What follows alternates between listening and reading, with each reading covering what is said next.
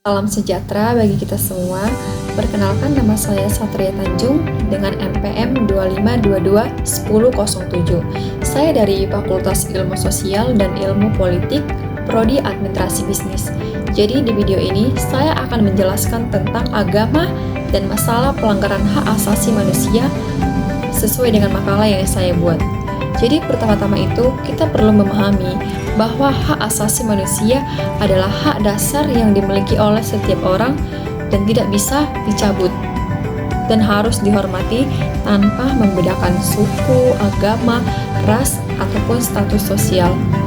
Namun dalam kenyataannya pelanggaran HAM itu masih terus terjadi baik di dunia maupun di Indonesia.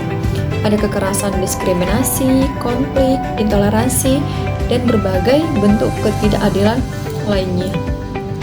Disinilah peran agama, termasuk agama Kristen, menjadi penting karena agama sebenarnya membawa nilai kasih, keadilan, dan penghormatan terhadap martabat manusia.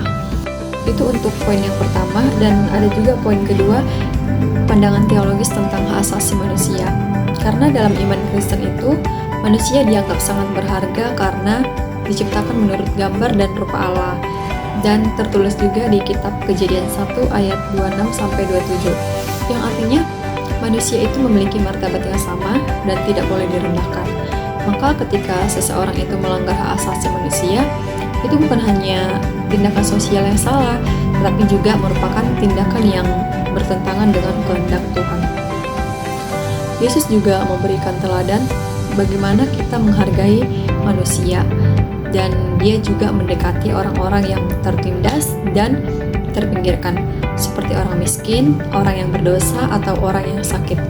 Yesus juga menunjukkan bahwa kasih kepada Allah harus diwujudkan melalui kasih kepada sesama. Yang selanjutnya ada pelanggaran hak asasi manusia dalam perspektif sosial dan religius. Pelanggaran hak asasi manusia biasanya muncul karena berbagai hal seperti keserakahan, penyalahgunaan kekuasaan, serta hilangnya nilai moral dan spiritual.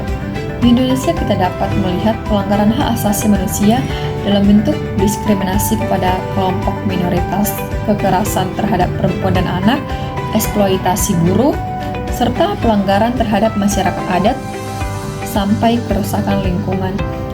Dari sudut pandang iman Kristen, semua ini menunjukkan bahwa manusia semakin menjauh dari kasih dan keadilan Tuhan. Dari Alkitab, misalnya Mika 6 ayat 8 itu mengajarkan agar setiap orang berlaku adil, setia, dan rendah hati di hadapan Allah. Yang berikutnya itu, peran gereja dan umat Kristen juga mempunyai 3 peran utama yang harus dijalankan di gereja. Dan untuk yang pertama itu ada peran profetis, yang artinya gereja harus berani menyuarakan kebenaran dan menegur ketidakadilan seperti para nabi di Perjanjian Lama. Gereja harus menjadi suara bagi mereka yang tertindas dan tidak bisa membela diri.